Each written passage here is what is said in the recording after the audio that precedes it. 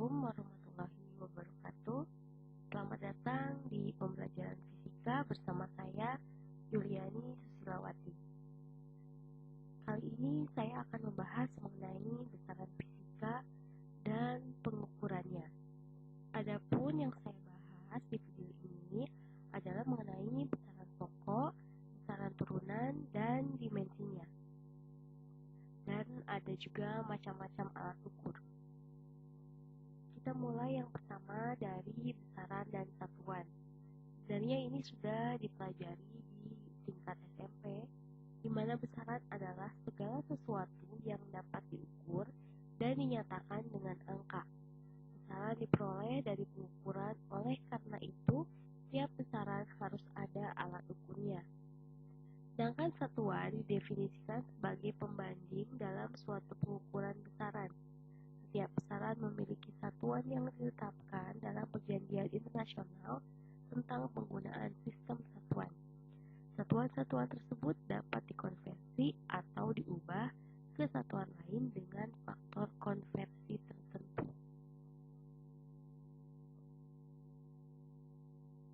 Mungkin pengertian besaran dan satuan tadi itu terlalu panjang, kurang ringkas, dan kurang bisa dimengerti. Di sini saya akan bahas apa itu perbedaan antara besaran dan satuan. Apa yang dimaksud dengan besaran? Apa yang dimaksud dengan satuan? Contoh, pernahkah kalian mendengar kalimat berapa panjang ular itu? Rata-rata orang akan menjawab panjangnya 3 meter. Nah, di sini yang akan diukur tentu panjang. Nah, sesuatu yang dapat diukur itu namanya adalah besaran.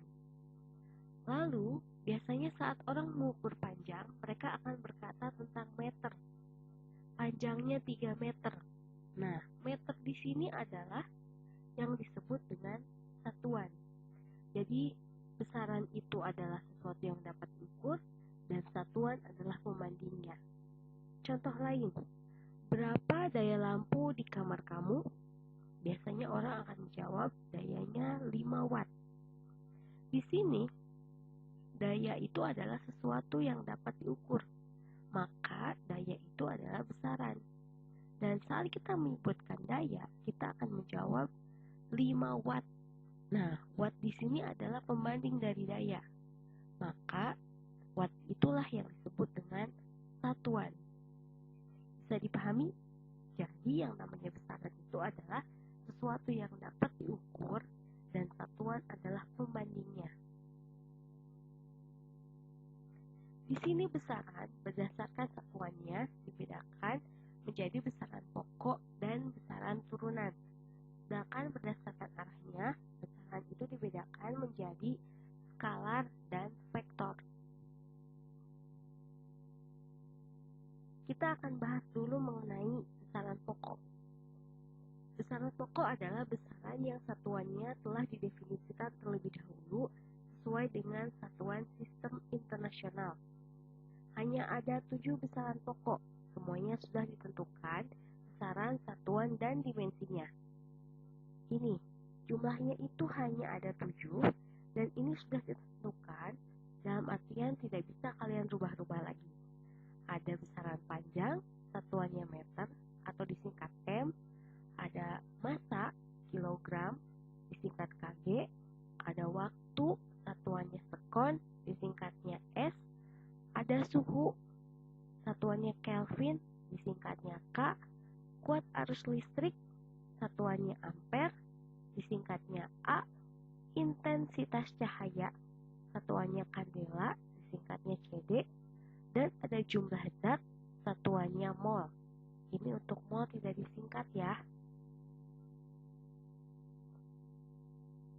7 besaran pokok tadi ini sudah ditentukan. Selain mempunyai satuan, mereka juga punya dimensi.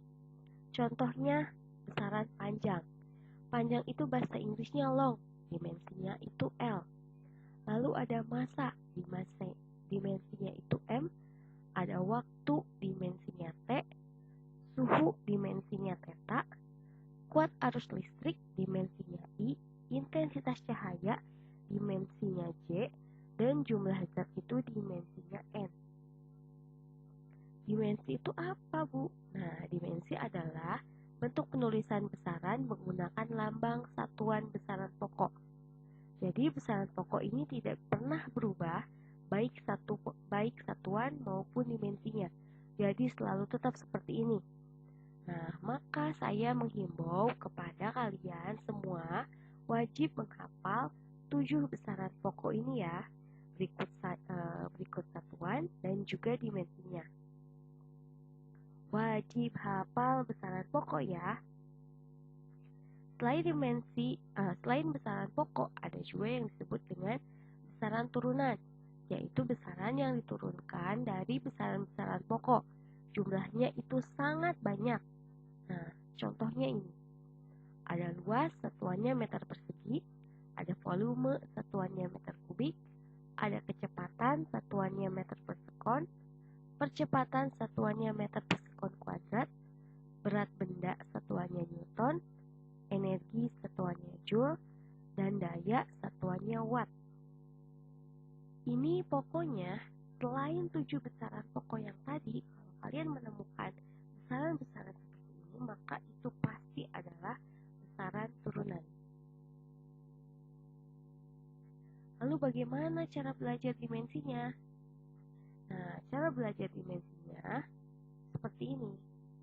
Yang pertama, kalian harus hafal dulu ini 7 besaran pokok.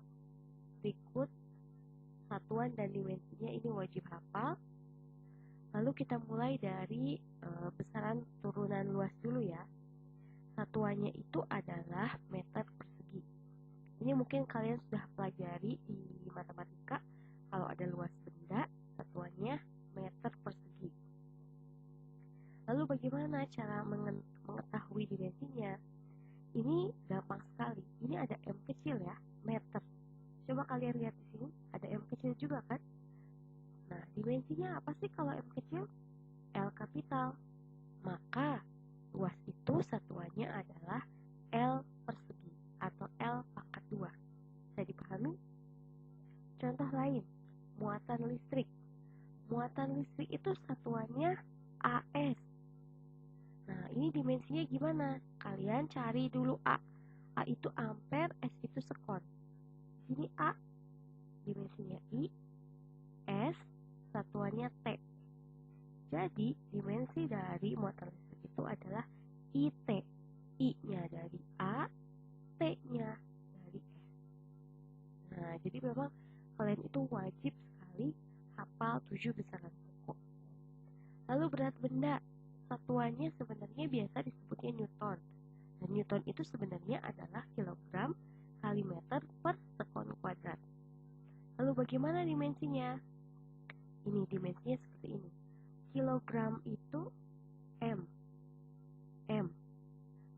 Meter ini L.